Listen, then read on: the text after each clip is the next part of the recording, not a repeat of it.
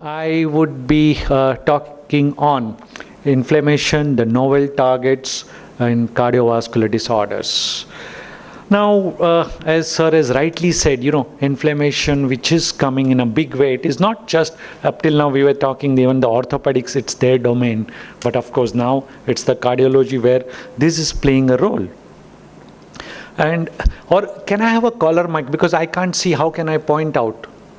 Either you give me a collar mic so that I can move, or you give me a over here, any one of the things. Yeah. So let's come to the cardiovascular epidemiology. All of you are aware of it. The number one cause of death, not only in India, but also globally, it's taking a large chunk. Majority of people are dying because of the cardiovascular disorders. Audible?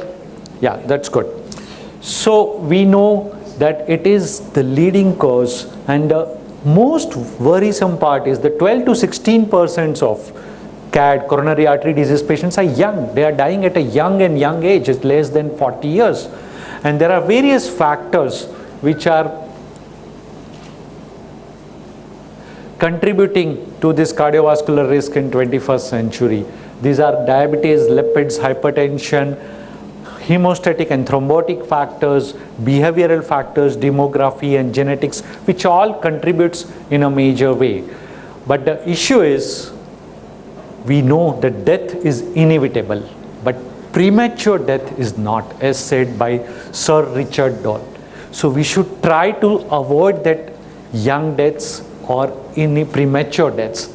And when we have to do this, obviously we need to understand the coronary or cardiovascular disease, which is the major things. And then I was analyzing, understanding cardiovascular disease. We know it's so easy, but at the same time, it is so difficult. And then I was finding the corollary to it, that understanding cardiovascular disease is like understanding a woman. It's so easy, but so difficult. Excuse me, only one lady is there. So in fact, I was trying to do, and I'm sure all of you are always have to understand a woman, because it's so easy and so difficult. Then one of my friend told me, there is one book on how to understand a woman, but that book is only at one place, in Oxford Library. So I said, no problem, I have a friend in UK, and I told him, why don't you go to Oxford Library and get that book for me, just courier it to me. I would love to read that. He said, okay, fine. The next day he sent me a message, sorry boss, I can't do that. I said, why? Is it so expensive or anything? So he said, no, I just can't do it. And then he sent me the photograph. He said, this is the reason he can't do it. But I didn't give way. I said, okay, let me still obtain that. I said, no problem, you get that book, send it by cargo. At least I will get it after a month or so. Then again next day he said, no, still I can't do that. I said, now what's the issue? He said, this is volume 1. There are 12 such volumes, and 13th is in printing. I said, let's forget understanding the woman, at least understand my own woman. Let's handle my wife. So I said, let me put on Google. My friend Tapan told me that you can put to Google any questions and you will get the answer. So I put the question, how to handle a wife. And they gave me the answer. We are also searching. I said, let's go back to cardiovascular disease, because that is much simpler. So we know when we talk of the risk factors of cardiovascular disease, we do see that for almost 19 to 20% of time, we don't find any cause. For 43%, there may be one risk factor which we have enumerated earlier, and then for a 38%, there will be more than 2 factors which would be contributing. So if you take none and one risk factor, 60% of those who develop cardiovascular risk factors have got either only one or none of the identifiable risk factors, and still they are having these coronary events. So that is something which we are worried about, because if we know something, we are going to tackle it. But if we don't know, still we are going to get it. That's an issue for it. So of course, when we talk of the lipid levels and all, if you see, even most of the patients, senior most cardiologist is with us, and sir must have seen even people who have got a cardiac event, even more than 50% has got normal lipids, which is there, and still they are getting it. So it's not every time you are obese, lose weight, reduce the lipids, but Still there are a lot of factors which play a role beyond this. And we have got a novel marker now, of course, Jupiter trial, which all of you must have heard of, Professor Dr. Salim Yusuf's trial, where it has been shown the people with the highly elevated HSCRP and given statins with, they have shown with the reduction of HSCRP, even the reduced incidence of coronary events. And look at this in HRCRP. What has happens in whether you take a Framingham estimate of 10 years risk,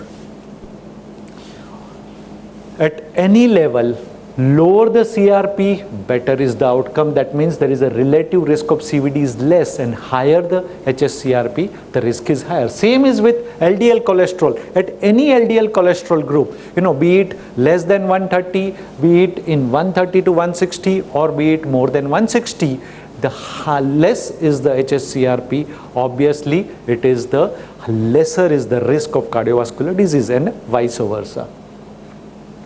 Now, even the guidelines in 2013, AHA and ACC, American College of Cardiology, American Heart Association guidelines on the treatment of blood cholesterol to reduce atherosclerosis, cardiovascular risk in adults, have recommended that use of the HSCRP for stratifying the high-risk patients for atherosclerotic cardiovascular disease. So that means you can pick up, that means the subjects where you find higher the value has got definitely higher chances of developing or getting an cardiac event.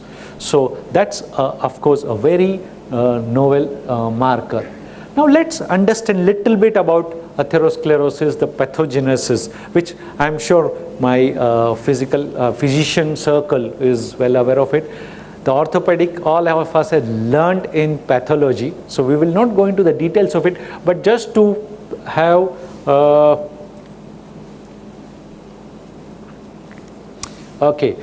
little bit understanding on this. Now you have the entry of monocytes when it come in contact with the receptors at the vessel lumen surface, that means in the endothelium, they make entry into the vessel wall. Then the second stage, what happens? There are LDL particles which are there in the vessel lumen, and at the site of inflammation also they enter into the vessel wall. Then this LDL particle get oxidized, become oxidized LDL, and this oxidized LDL works as a trigger for inflammation. So it is not the LDL, when we talk of LDL, when it gets oxidized, that is the one which acts as a trigger for inflammation. Then what happens? This oxidized LDL will help in converting the monocytes which has been taken up to form the macrophage, and this macrophage, once they come inside this, it will, along with oxidized LDL, will be perpetuate the further inflammatory response by having action on various pathways. One is on NF, KB, and of course on acting on the dendritic cells. We will not go much into the technical details because of the crowds. I am sure my orthopedic friends will start cursing me.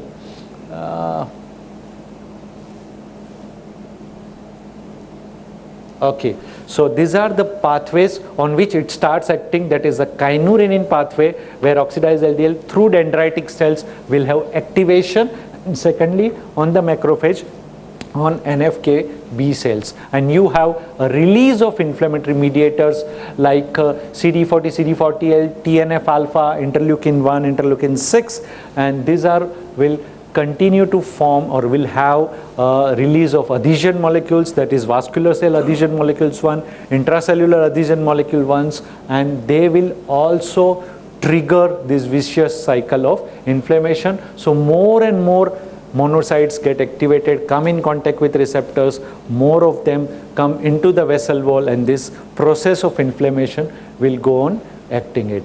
So we know the culprit in atherosclerosis now is also this process of inflammation, and there has to be some way we need to stop this process. Of course, the other mechanism, as I mentioned, was kynurenine pathway, where we have got, whenever there is a release of 3-HHA, that is beta-hydroxyantranilic acid, which can have a defense mechanism against inflammation. So two pathways, which are all different, both different pathways, will have action on the inflammation. So what are the current options we have got to break this inflammatory process? You have one at the vessel lumen giving an anti-inflammatory at that level, that is, you have got a HMG coenzyme reductase inhibitors, which are nothing but the statins, which we are using left, right and center. Then you have got the other drugs which can act at the PPAR gamma levels, that is your thiazolidinones, that is glitazone groups. And of course, the platelet, at the platelet level, you have antiplatelet like aspirin and clopidogrel, which can be given also. But these are there, and in spite of that, things are happening, so we need to go one step ahead. And what are these options available? We need to take care of these novel targets, and where we have got the drugs acting or the products which can help on that, whereas one acts on the kynurenine pathway, you have got a tryptophan metabolites like 3-HHA, and of course NF-κB inhibitors, that is like curcumin, which will have the action on NF-κB pathway. So this will have the action in beneficial effect in terms of reducing this inflammation.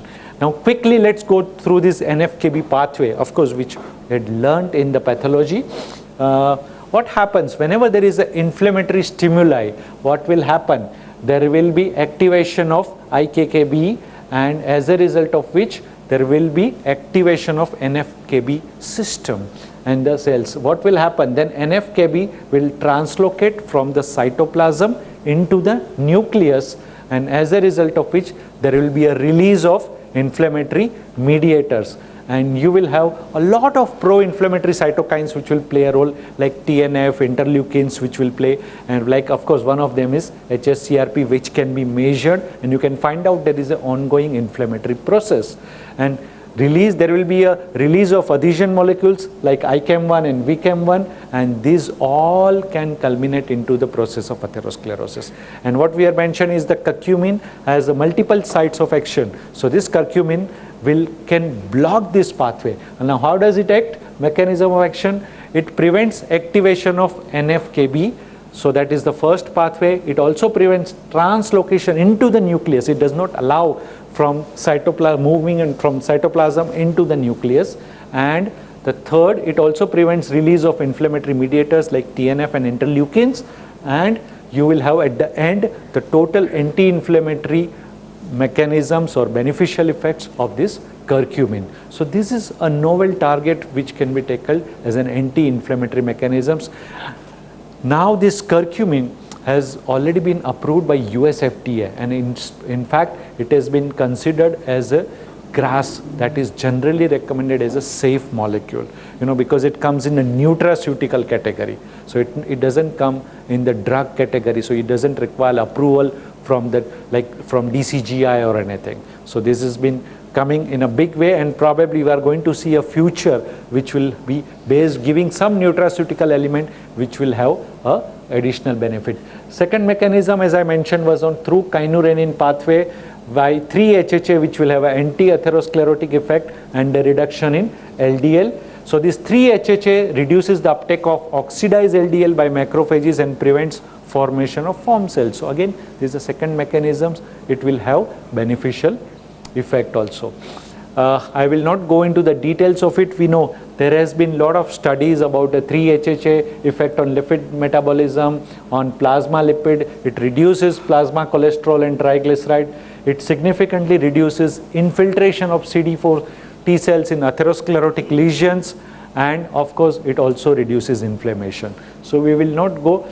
In summary, 3-HHA is an intermediate metabolite of kynurenine pathway, that is in tryptophan metabolism, and it has the following clinical significant benefits, like it improves lipid profile, it significantly reduces vascular inflammation. So of course we will have a beneficial effect.